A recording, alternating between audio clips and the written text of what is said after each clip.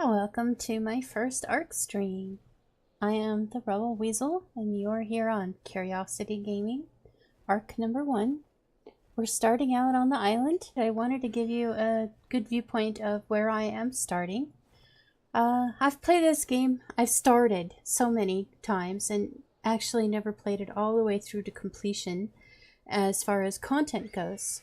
And I'm really tired of starting over and starting over and starting over, and my general tradition is to start on the island and play each map in its difficulty ranking as they came out, and then DLCs and such like, based on how hard or how interesting they are. And where that leaves me is that I always start on the island, and I always want to start the island at the very easiest spots, which are usually the deserts.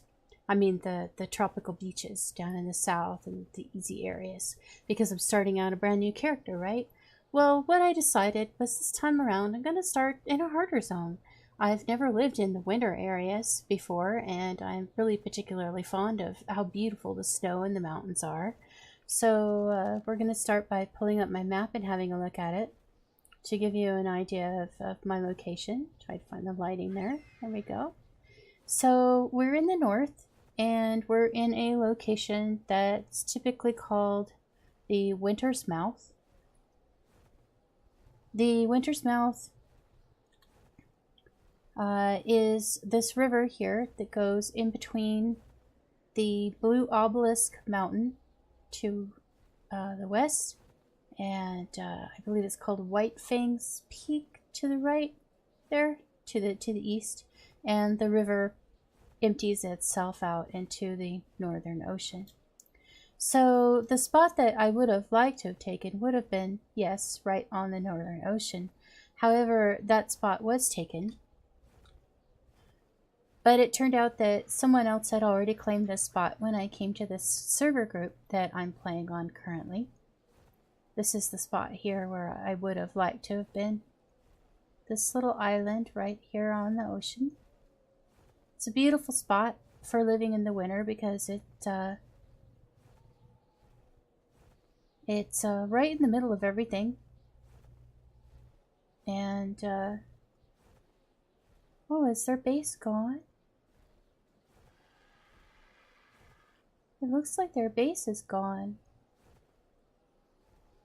I wonder if I want to take this spot now. Well, I'll think about it.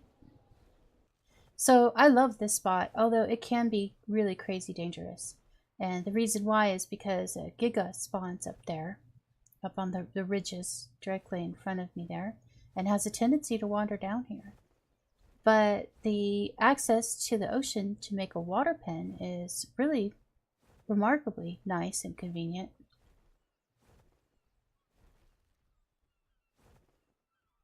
I really like the idea of being able to do that, so yeah, I might see about taking this spot.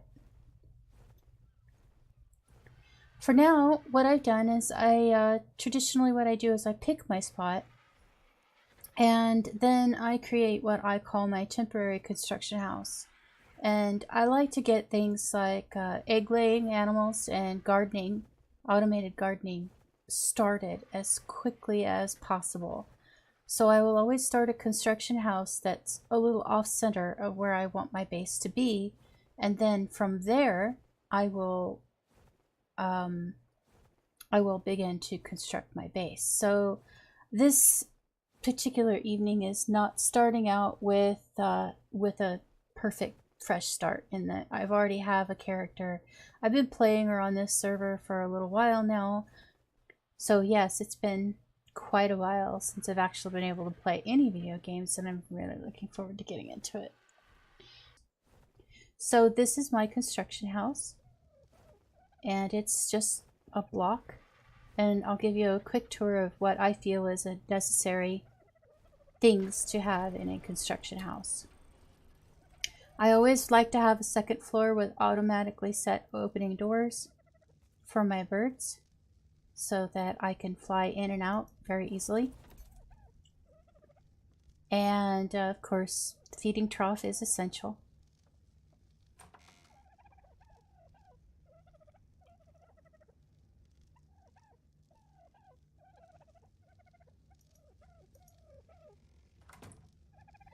And I just set up multiple beds so that if I die too many times in a row, I can respawn. And the very basic crafting stations that you need to start out with. You know, the S plus station is pretty convenient. Mortar and pestle, forge, smithy. These are some specialized crafting stations from mods.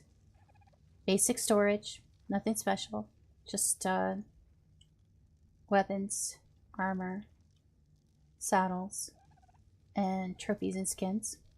And then my very first metal box, when I level up to a high enough character that I can craft this, the reason why I like these is because they're pretty indestructible.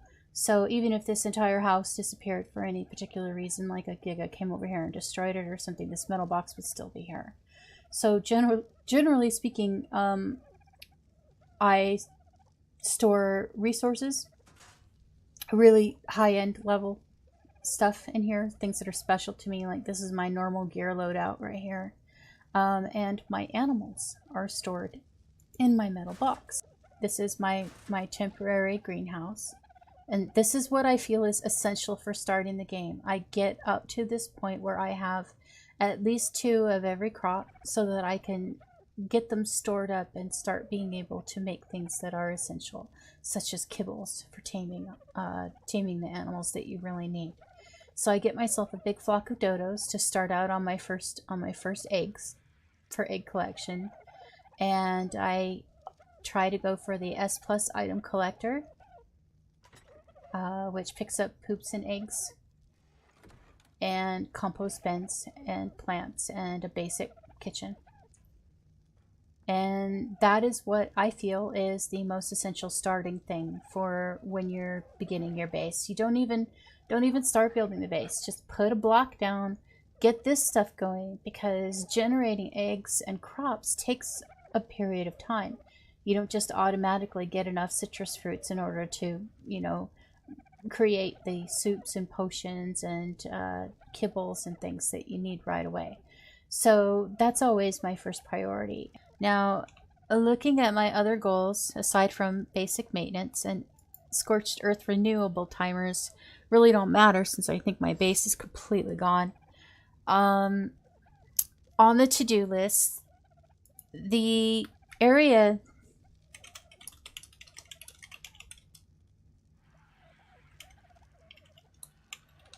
that I want to build my base in had a base on it, which is why I built on this river. So I need to check with the server admins because their base is gone, but there's a few items that don't despawn very quickly. Generator, plants. So I want to see if I can claim that spot, if those people are going to come back and rebuild, and if not, is there a way that I can have the area cleared so that I can build there. So that's on my to-do list. And we need to stock up on thatch for my compost bins.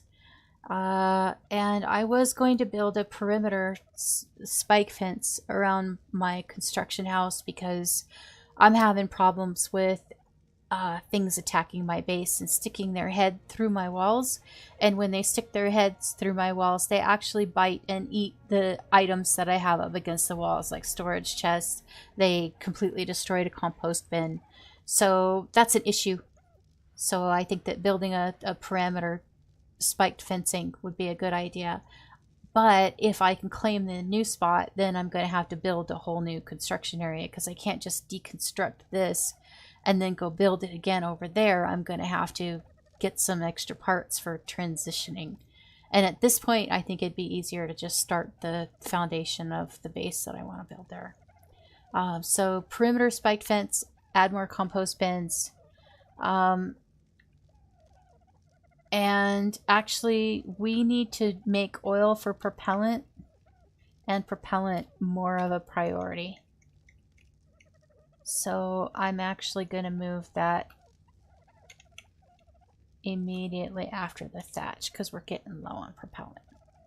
So those are the next things that I'll be working on. Some of them I'll be working on offline if I get a time to play or not. Our team priorities are now ankylos for getting metal. That's the next thing we want to do.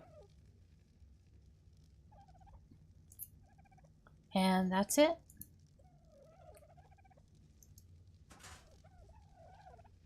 Now, oh, actually, you know, I'm going to go ahead and I'm going to write this.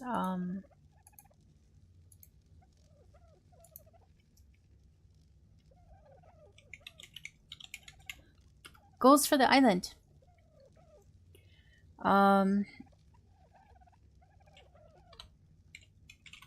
Every cave and artifact collected.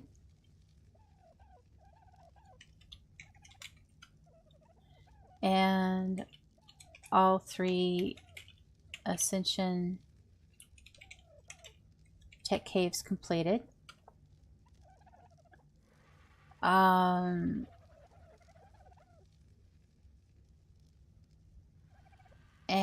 let's see, between the cave and the artifact, there are the 3 bosses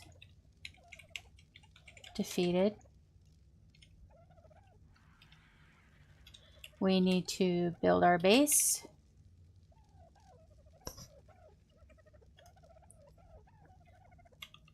All notes collected.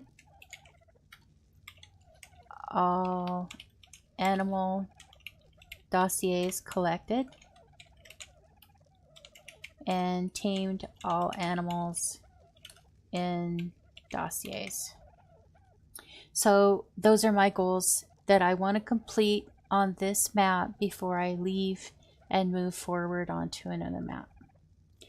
I am planning to build forward outpost bases on the other maps, but the timing on those is that increases the number of times I need to rotate around all the maps to renew my timers.